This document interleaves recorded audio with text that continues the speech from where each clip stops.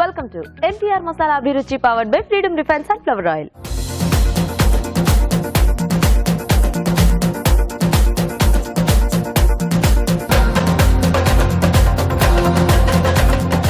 మన first segment గుమగుమలు.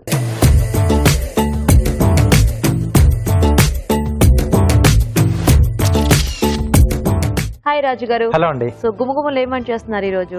Pulao చేస్తున్నానండి. Okay. Gobi pulao. Gobi pulao. Yes. Okay okay మరి గోబీ పలావ్ తయారీకి కావాల్సిన పదార్థాలు ఏంటో చూద్దాం. గోబీ పలావ్ తయారు చేయడానికి కావాల్సిన పదార్థాలు: బాస్మతి బియ్యం 1 కప్పు, ఉడికించిన కాలీఫ్లవర్ ముక్కలు 1 కప్పు, మసాలా దినుసులు కొద్దిగా, బిర్యానీ ఆకు 1, తరిగిన ఉల్లిపాయ 1, తరిగిన పచ్చిమిర్చి 2, అల్లం వెల్లుల్లి పేస్ట్ 1 టీ స్పూన్, పెరుగు 2 టేబుల్ స్పూన్లు, పసుపు చిటికెడు, పుదీనా కొద్దిగా, గరం మసాలా 1/2 టీ స్పూన్, ఉప్పు తగినంత, నూనె 2 టేబుల్ స్పూన్లు. ఓకే మరి కావాల్సిన పదార్థాలన్నీ చూసారు కదా రాజు గారు, స్టార్ట్ చేద్దామా? ఓకేనండి. సో ఇక్కడ ముందుగా నేను అన్నం ఉడికించి పెట్టేశాను. అంటే కొంచెం మనం ఈజీ మెథడ్ లో చేసుకునే పలావ్ అలా చూపిస్తున్నాను. సో లేదంటే మామూలుగా మనం ఎస్ఆర్ఎస్ వేసుకుని మామూలుగా పోపు అది వేసేసుకుని సో అలా చేసుకున్నా మనకు ఈజీగానే వస్తుంది. Okay okay. సో దీంట్లో కొద్దిగా ఆయిల్ అండి. ఓకే.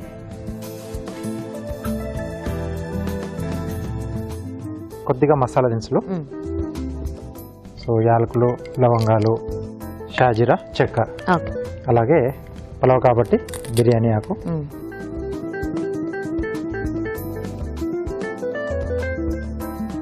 సో అయితే దీనికి మరి కాలీఫ్లవర్ కూడా ముందే ఉడికించేసి పెట్టుకోవాలి మనం? అంటే హాఫ్ డన్ చేశానండి. ఓకే. సో ఎందుకంటే మనకి ఆ మిగతా కూడా ఏంటంటే దీంట్లో వేసిన తర్వాత వేగుతుంది. సో కొంచెం ఆ ఫ్లేవర్ అనేది కూడా వస్తుంది. మరి మొత్తం వేయించుకున్న కాలీఫ్లవర్ కదా, సో మెత్తగా అయిపోయి మొత్తం అది మ్యాష్ అవుతుంది. Okay okay. సో కాబట్టి చూస్ చేసుకోవాలి అది.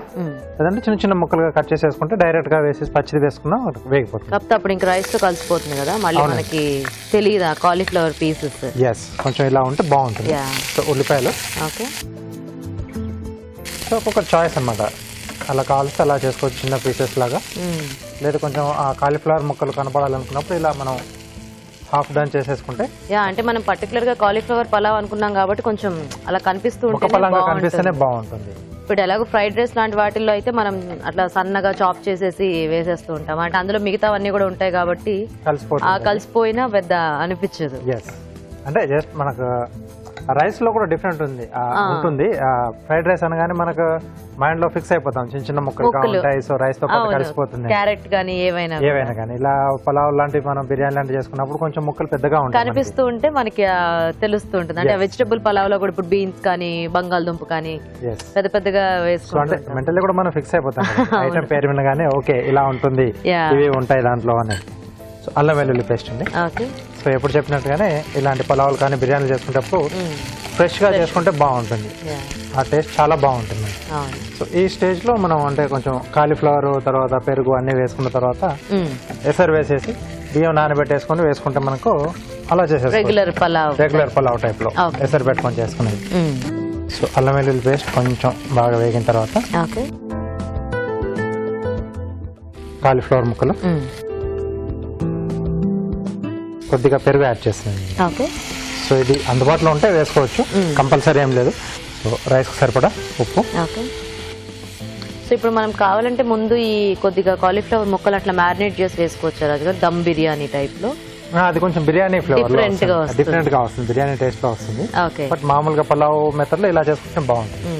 కొద్దిగా పసుపు, అంటే పెరుగు వేసాను కదా, కొంచెం లైట్ కలర్ కూడా ఇస్తుందండి. ఓకే. సో అంటే కొంచెం డిఫరెంట్గా ఉండాలి రెగ్యులర్గా చేసుకునే మెథడ్కి అనుకుంటే ఇవి పసుపు తర్వాత పెరుగు యాడ్ చేయొచ్చండి.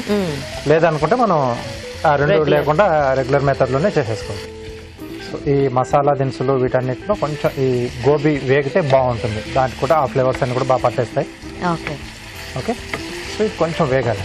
ఓకే ఓకే అండి. ఇక్కడ ఈ కాలీఫ్లవర్ ముక్కలు వేగుతూ ఉంటాయి, ఈలోగా మనం చిట్కా చూద్దాం. ఇప్పుడు మీకోసం మొదటి చిట్కా. ఈ మధ్య కాలంలో జంక్ ఫుడ్ బాగా అలవాటైపోయింది పిల్లలందరికీ. బర్గర్ అని, పిజ్జా అని ఇలాంటివి ఎక్కువగా తింటూ ఉంటారు. వీటికి సాస్ వేసుకొని తినడం మరీ ఇష్టంగా ఉంటుంది. ఇలాంటప్పుడు ఈ సాస్ అనేది బట్టల మీద ఎక్కువగా ఒలికించేసుకుంటూ ఉంటారు. యూనిఫామ్ కానివ్వండి, ఏ బట్టలకైనా కూడా ఈ సాస్ మరకలు అనేవి ఒక పట్టాను పోవు. ఇలాంటప్పుడు నీళ్లలో కొద్దిగా గ్లిజరిన్, షాంపూ వేసుకుని అందులో ఈ మరకంటిన బట్టలను నానబెట్టుకుని ఒక 10 నిమిషాల పాటు లేదా 15 నిమిషాల పాటు నానబెట్టుకుని దాని తర్వాత డిటర్జెంట్తో కనుక వాష్ చేసుకున్నట్లయితే ఈ సాస్ మరకలు అనేవి చాలా ఈజీగా పోతాయి. చిట్కా చూసారు కదా? ఓకేనా రాజు గారు? ఓకే అండి. సో మంచి స్మెల్ వస్తుంది. ఆ పెరుగు కూడా యాడ్ చేసాం కదా. ఆ కాలీఫ్లవర్ కి కూడా పెరుగు అంతా బాగా పట్టేసినట్టుంది కదా? అవునండి. సో ఇప్పుడు మనం ముందుగా ఉడికించుకున్న బాస్మతి రైస్,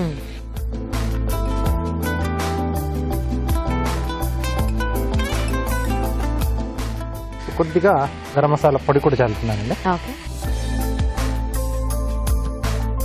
సో పులావ్ కాబట్టి పుదీనా,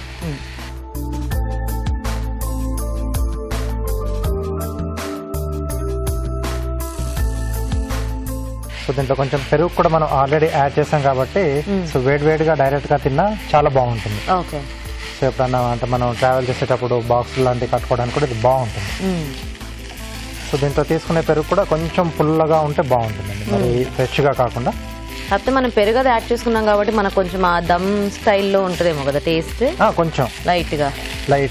ఎందుకంటే మనకు యూజువల్గా పెరుగు అనేది తక్కువ వాడుతూ ఉంటాం కదా ఈ పొలాల్లో, చాలా తక్కువగా వాడుతూ ఉంటారు. అందుకే చెప్పా, అంటే అందుబాటులో ఉంటే కొంచెం మనం అలా కొంచెం వెరైటీగా చేసుకోవచ్చు. అంటే కొంచెం గోబీ కాబట్టి ఫ్లేవర్ కూడా బాగా వస్తుంది, అట్లాంటివి ఏమైనా యాడ్ చేసుకోవచ్చు. కొన్ని వెజిటబుల్స్ కి దాంతో కానీ, లేకపోతే మష్రూమ్ తో చేసుకున్నప్పుడు కానీ, బంగాళదుంప చేసుకున్నప్పుడు కానీ కొన్నిటికి అది బాగుంటుంది. ఓకే, సో రెడీ అండి.